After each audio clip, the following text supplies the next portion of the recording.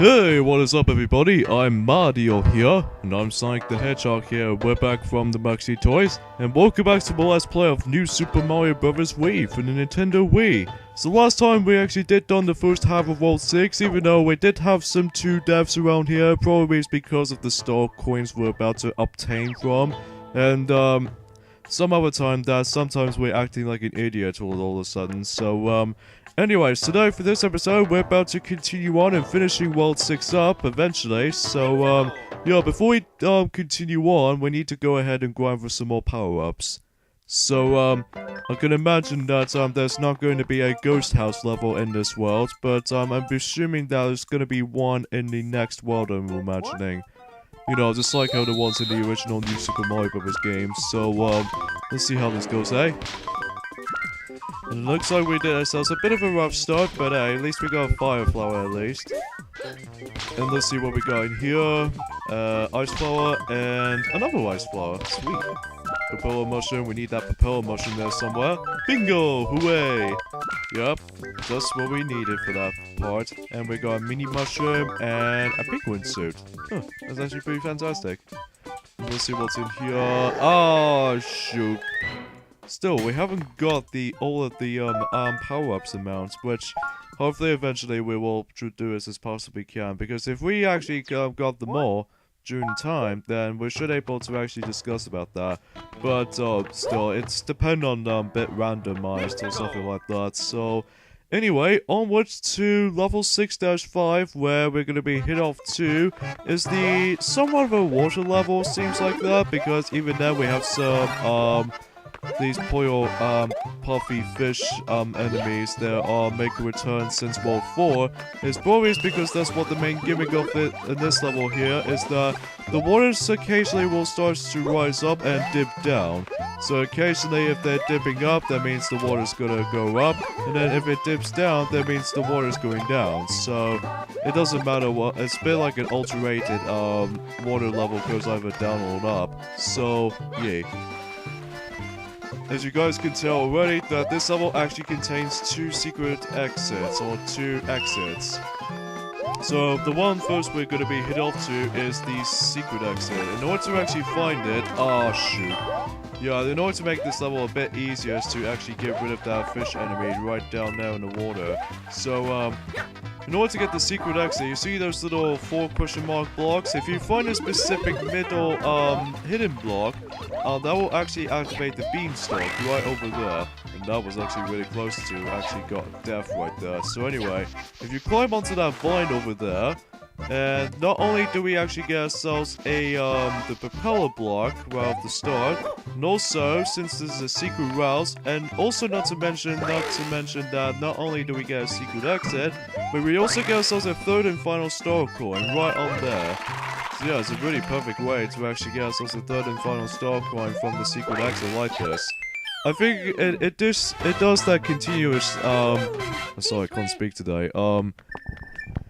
Yeah, it continues that tradition on during the New Super Mario Bros. 2, and especially New Super Mario Bros. U as well. So, including New Super Luigi U, that does count as well.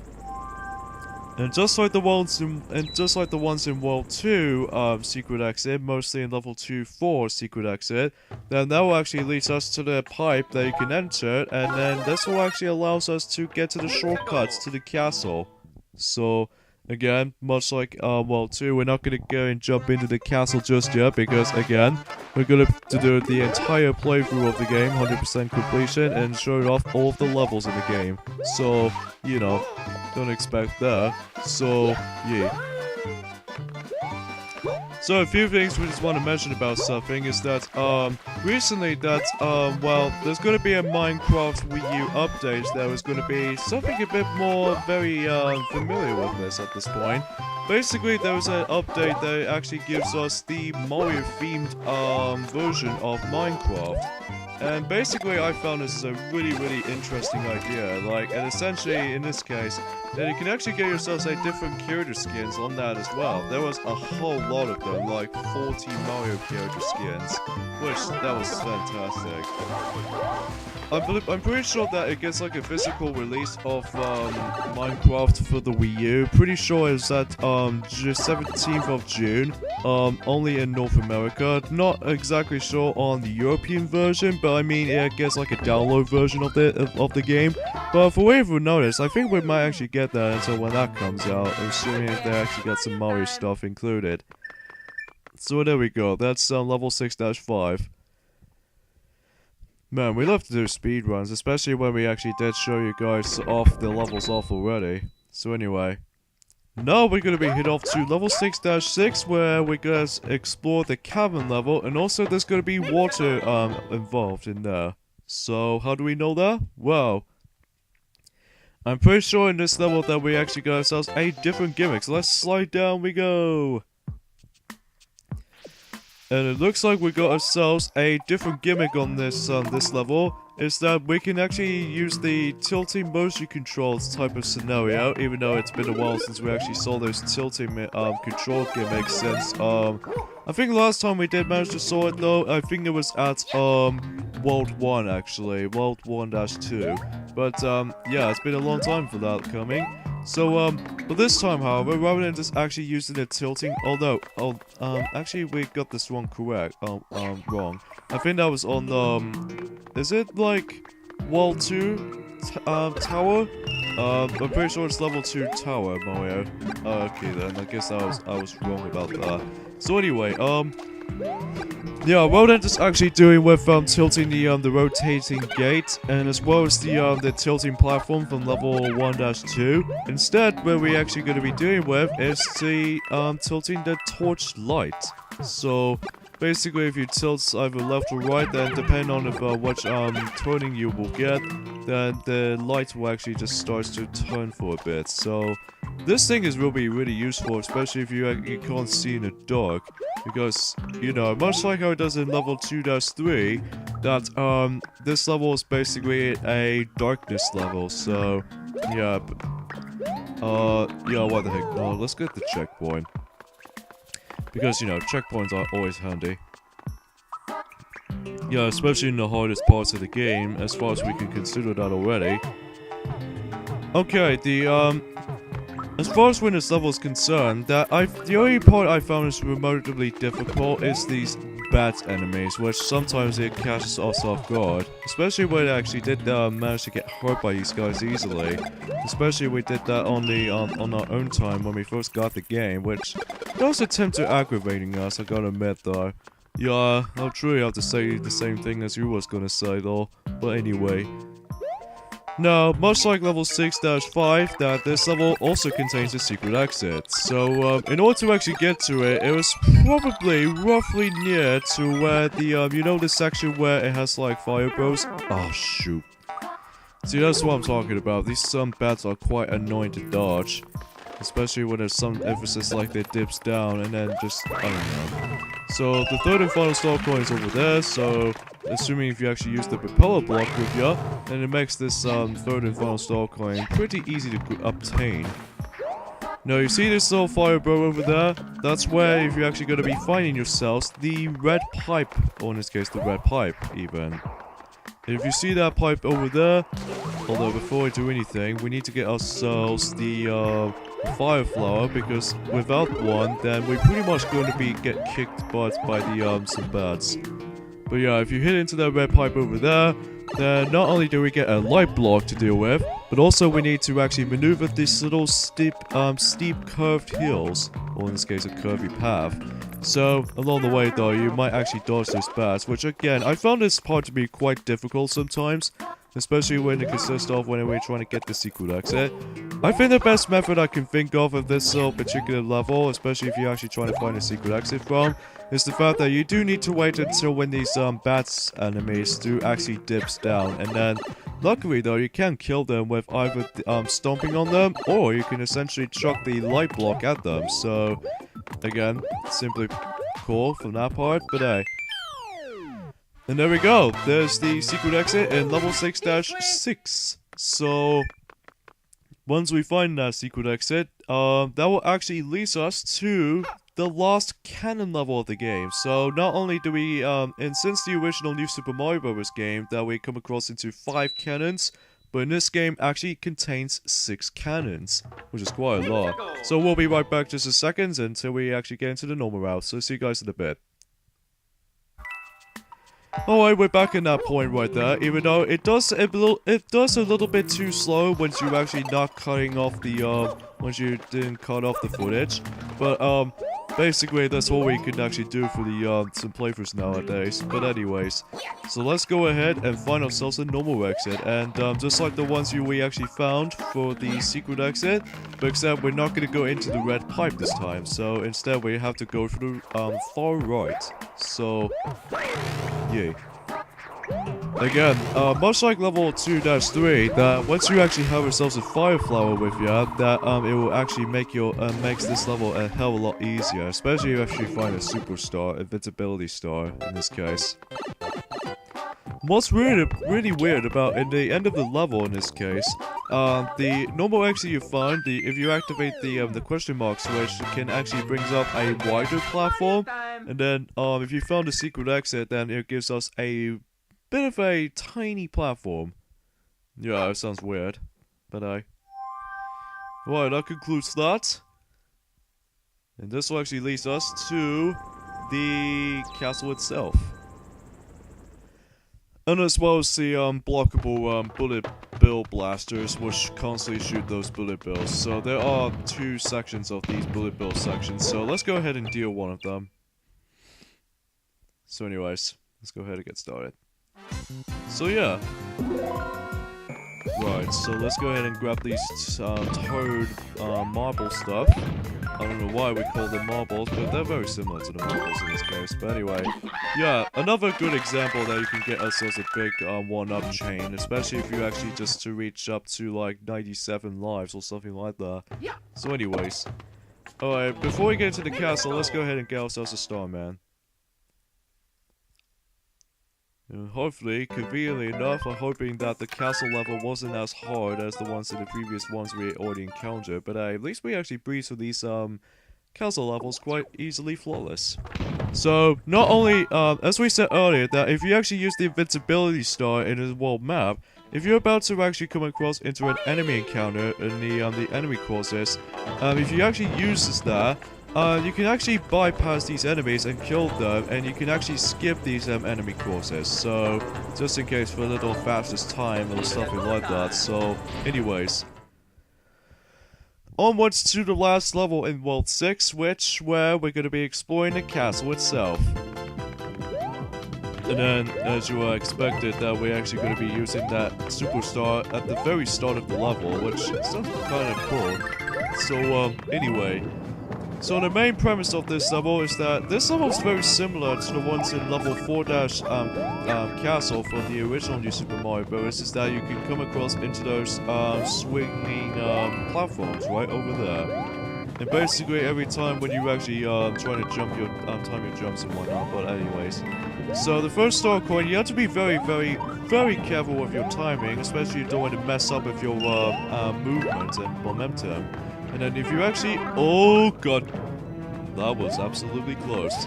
Yeah, even then, the bullet poo almost screwed us over from that part. The second star coin is easily the easier to spot, but in order to actually reach to it, however, we need to actually hop into those question mark block. Oh my god, oh my god, oh my god, oh my god! I know, this level can be slightly a bit tougher than the ones in the previous castles we actually been into. But the thing is, it's because of how, you know, the progression difficulty in the later levels can get really challenging, especially when we get to the World 7 in this case, after this world is done. Yeah, and there's some occasional moments we have to dodge these spike balls, so I'm guessing the spike balls might actually be the most trickiest part to actually just deal with. So anyways, so let's see if we can actually get ourselves some ice flower, so that the ice flower will actually give us some bit of a power up in any sorts, and I was a bit too late. Yeah. So, and then presumably the third and final star coin is just right where we actually did die on. But luckily though, we still have some plenty of super mushrooms right now. I think we actually got 29 of them at the moment, so But at least we'll still save up those super mushrooms and whatnot, so that we can actually do it in a progression of the next levels. So we're hoping we're not going to die too much on this level though. Depends on how timing is actually a bit more iffy at points, at least for us anyway. So as much as we actually just occasionally shake the Wii remote until we actually get ourselves a momentum in midair, or in this case some air time. So yeah, anyway. Oh god! Oh gosh! That was actually pretty close right there. So, oh god, Spike Ball catches off guard. So anyway, so let's go ahead and find ourselves the ice slower right there. And, obtain that. And I'm assuming the next and final start point is going to be at right where the dry bones is. Oh my god! You could have had it there, Mario. But the dry I think the dry bones killed himself from the lava, but I don't think it doesn't count whenever I was trying to stomp on it. It was like, oh.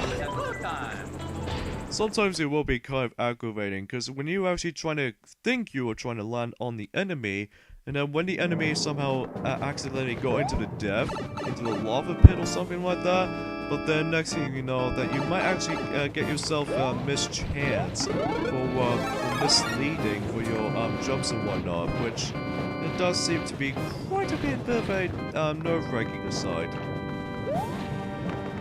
So yeah, I think the last section of this level is that you see those little arrows, like the LED arrow lights that's actually come on. This meaning that it'll actually activate opening the doors to actually let the spike balls actually come through the holes and whatnot. So let's clear out these dry bones out of the way so that we won't be able to die this time. I'm assuming it depends on how ridiculously tough we're actually going to be dealing with on that part right there. But but at least we passed on that part, so I think you're supposed to get to that. You need to have yourselves a good running start and booyah, assuming if you actually time your jump and whatnot, and also you have to deal with that tilting platform over there, so that way, that's what you're able to do with that part. Or you can actually do as a little bit of a method aside, you can actually just wall jump onto that opening door and then you simply grab it. But be careful of the lava pit, because the lava pit will actually try to kill you effortlessly. Alright then, here we on to the rematch against with Martin Cooper Jr. So what contraption is he going to deal with this time around? Well, assuming what Kamek's going to use the magic from.